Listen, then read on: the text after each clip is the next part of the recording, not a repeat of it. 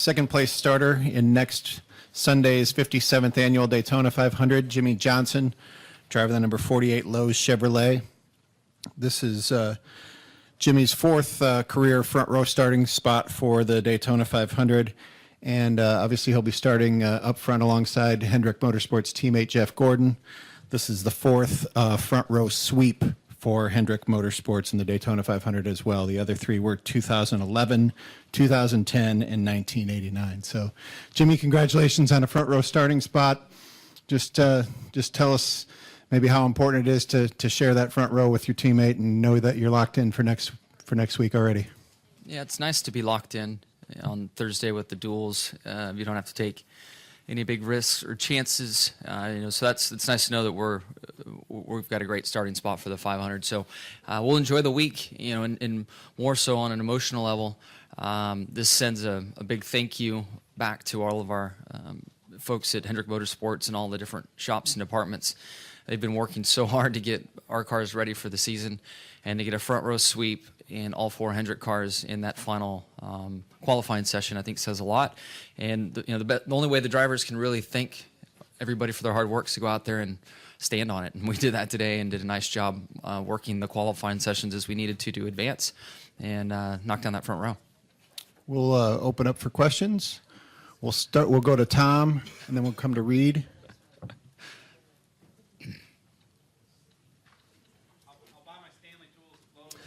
Tom Jensen behind you. Sorry. That's all right. Hey, Jimmy, Tom Jensen, FoxSports.com. 4 Hendrick Chevys and 4 Gibbs Toyotas in the top 8. Is that who it's going to be on Sunday? It's so hard to predict. I mean, we saw last night with all the chaos. I feel like amongst those 8 cars, you have 8 really good drivers with the draft. And I think our 8 cars over the last few years maybe have been just a little step ahead of the competition. So traditional thinking, yes, and we just don't have a clue. And I think last night's the best evidence to support that. Although one of those 8 did win that race, so. Go to Reed, then Kenny, then Mike. Reed Spencer with NASCAR Wire Service. When you realized that you'd gotten the last position there on the, coming off pit road, did you think you were in the catbird seat at that point? And conversely, did you think you might have waited too long? Man, we had some cues in timing marks what we thought we needed to leave pit road at. And that time came and went. And I really felt like no one was going to get back in time. And I would be on pole position, 11 would be next to us. And then as we were making the lap, we got up to speed and through the gears and covered so much territory that as they're giving me my cues, I'm like, I think most are going to make it. Now I'm in a position where I'm not going to make it. But we just kind of, we knew what the risks were, and in order to get the pole, you've got to take a big chance, and that can be front row or 12th, but 12th at a plate track isn't the end of the world. So we were willing to take that risk and to try to gamble to be there. And we made it back around far faster than we thought we could.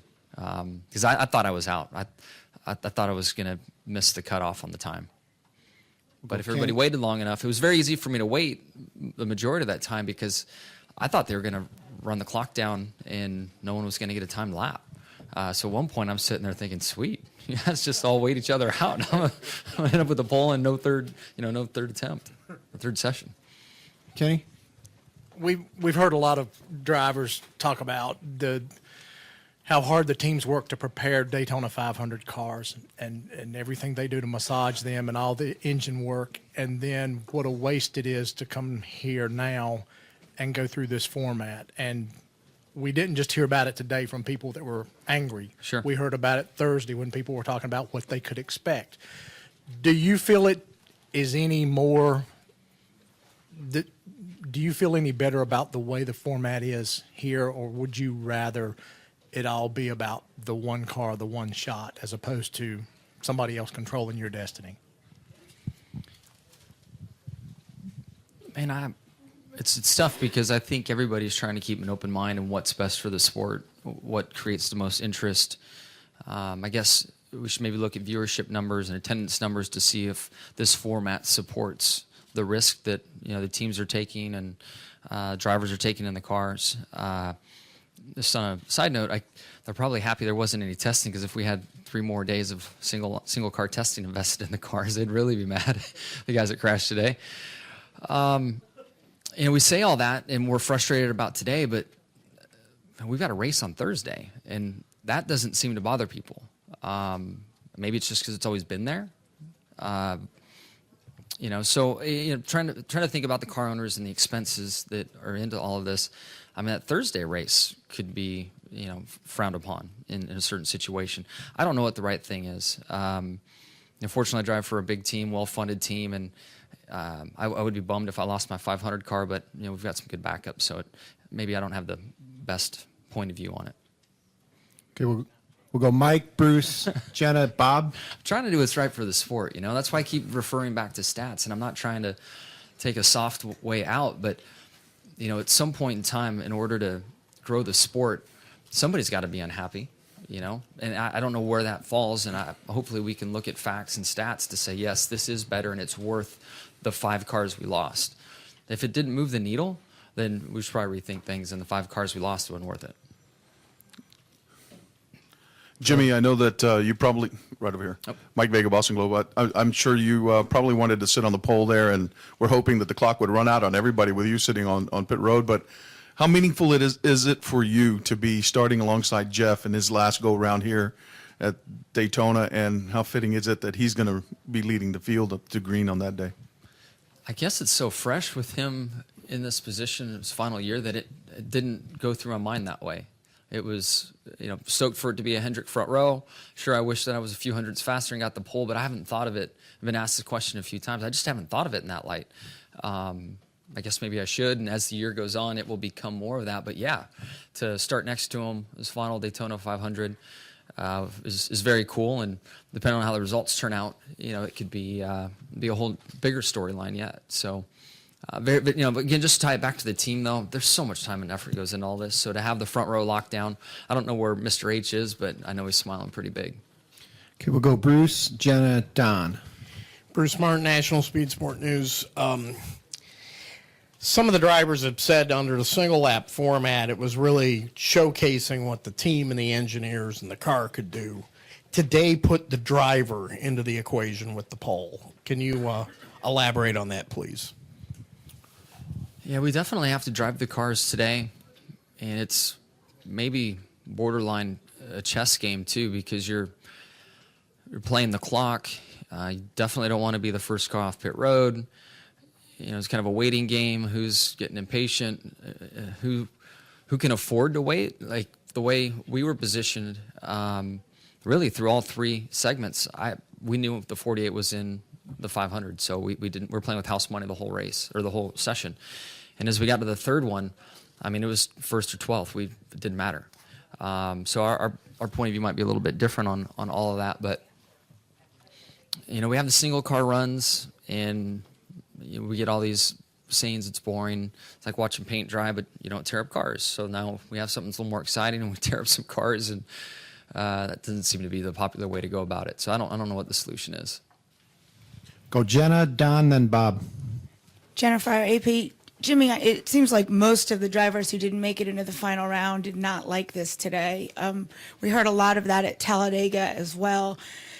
Ultimately, don't you guys as drivers control how that's going to go? I don't necessarily mean the wreck, but right. Who goes when? I mean, that first group, everybody was dodging around pit road. Isn't that all in your hands, and you guys can control how this plays out? No, without a doubt. It really is on us. The thing that makes it, I guess maybe most aren't thinking about, is restrictor plate racing is just so different. And if this was at Atlanta next week, you wouldn't have the same dynamic and needing to count on the draft, and it's a non-issue. But the fact this is a restrictor plate track and you have to work with others creates all this frustration. But it really is in our hands. I mean, we're the ones steering and standing on the throttle. Don? Jimmie, Don Coble.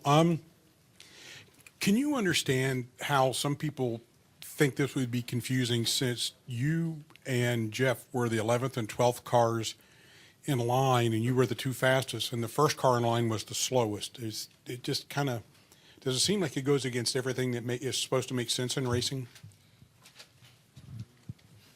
Man, that's I think if in the dictionary, I'm pretty sure in the dictionary, restrictor plate racing equals what you just asked. I mean, it's just so backwards, you know? I mean, it's just plate racing and it's physics. And I think our diehard fans get it for sure. I mean, they understand the draft, and went on a big bike ride with some folks that are some pro cyclists and triathletes the other day, and they came here and the draft exists in their world and they got it. They're like, oh, no way. Okay, so the guy last in line is going to be less energy on the car and they can go faster. I'm like, yes, you got it. So I hope everybody gets it. I doubt it, but you know, it's just physics. I guess it's hard to explain all that sometimes. Bob? Bob Hockris, ESPN. Is there any part of this that is more fun for a driver than single car qualifying? Because everything we ever heard was like, well, anybody could get in the car and whoever could do it, hammer the gas and We go. were bitching then and we're bitching now, aren't we? Well, Must be racing. I mean, is there any part of the chess game that is enjoyable?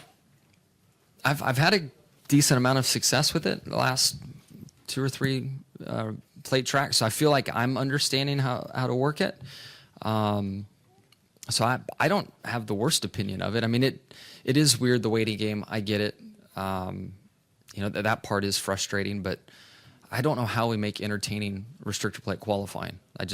Unless they run us through the chicane on the backstretch or something, I don't know how we make it entertaining. Come up to Lewis. Sure. Louis Frank of Reuters. Taking out the random nature, though, of a wreck in a restrictor plate racing, which is more challenging to you as a driver, just a single car qualifying or going out in these packs? These packs are definitely more challenging. On a single car, you just get it through the gearbox and follow the yellow line, and the speeds are slow enough that the car's well under its grip level and the limits of the vehicle.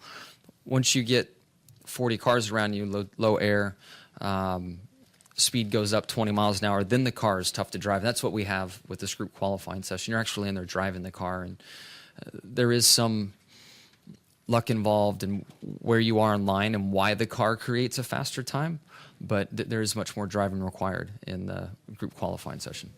Chris?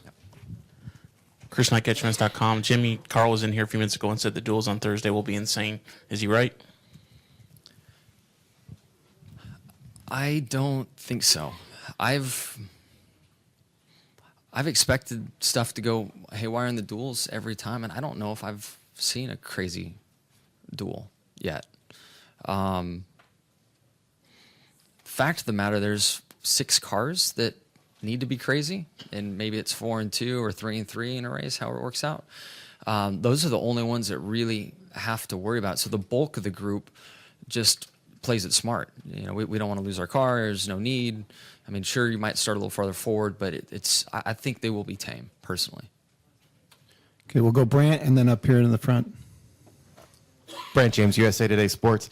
Is it ever disconcerting that the perceived entertainment value of your sport seems to go so far in determining the rules of competition for you? At times, it seems like it's in question for sure.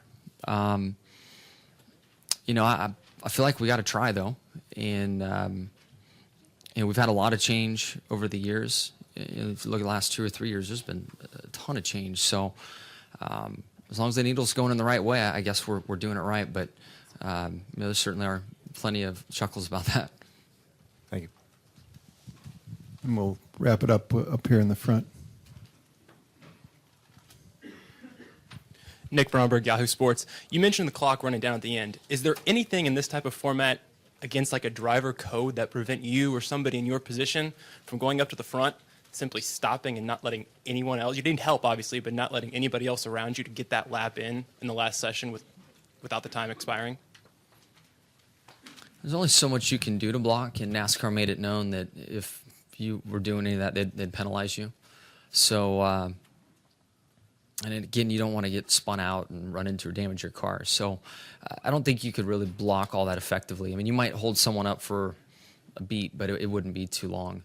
And then, Brant, one thing I was just thinking about, just kind of pull it back a second. We were in Talladega, and qualifying we all felt like would be based on a practice session results. This was a couple years ago before group qualifying. If I remember right, everybody loved that practice session and how we had to race for our lap time. And then that's the stuff that NASCAR heard, and then group qualifying came into play. So after a bunch of positive input through a practice session led to a rule, and then now we're having second thoughts. So I don't know how we keep everybody happy. It's just a tough balance. Okay, Jimmie, thanks for joining us. Congratulations, and best of luck for the next week.